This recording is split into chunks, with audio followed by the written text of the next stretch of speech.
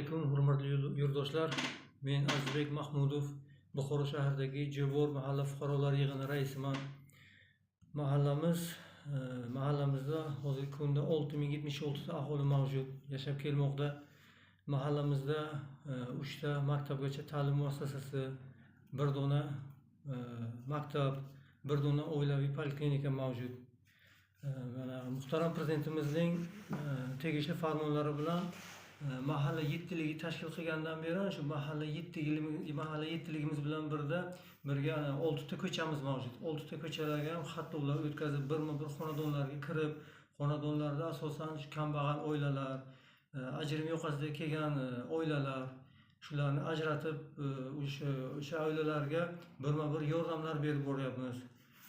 Har bir jinoyatni oldini barvaqt olish uchun har bir xonadonlarga kirib, ularning muammolarini eshitib, profilaktika inspektori bilan birga muammolarni bartaraf qilib kelyapmiz. Hozirgi kunga qadar bizning mahallamizda jinoyat sodir etmaganining sababi ham shunda. Muhtaram prezidentimiz har bir chiqishlarida o'sha mahalla yettiligi bo'yicha gap boradi. Haqiqatan ham mahalla yettiligi agar jipslashib ishlasa, agar ko'chalarda xatlovlar o'tkazsa, o'sha jinoyatlarni barvaqt oldini olsa, haqiqatan ham mahallada hech qanaqa bir jinoyatlar sodir etilmaydi. Shu uchun biz hamma vaqt mahalla yettiligimiz bilan birga ko'chalarda aylanib xatlovlar o'tkazib, xatlov davomida aniqlangan kamchiliklarni oldini olishda barcha shart-sharoitlar bizga yaratib qo'yilgan.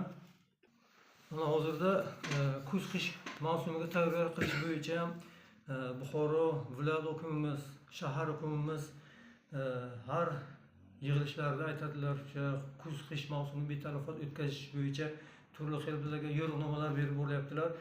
Darhaqiqat ana shu o'zi bizlarning mahallamizda 8 ta ko'p qavatli uylar mavjud. O'sha biz ham yettilik bilan birga kecha kunduz o'sha ko'p qavatli uylarga borib, ularni issiq sovuqdan xabar olib, is gazidan oldini olish bo'yicha o'shalar bo'yicha borib ko'p qavatli uylarga yashovchilarga yo'riqnomalar berib boryapmiz. Hozirgi kunga qadar yana yashil makon bo'yicha ham juda jadal ish olib boryapti bizning mahallada.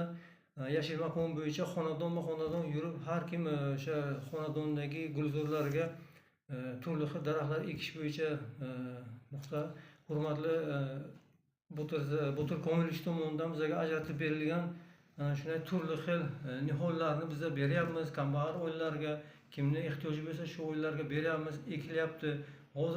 Hozirgi kunga qadar 1000 dan ortiq bizning mahallada nihollar ekildi.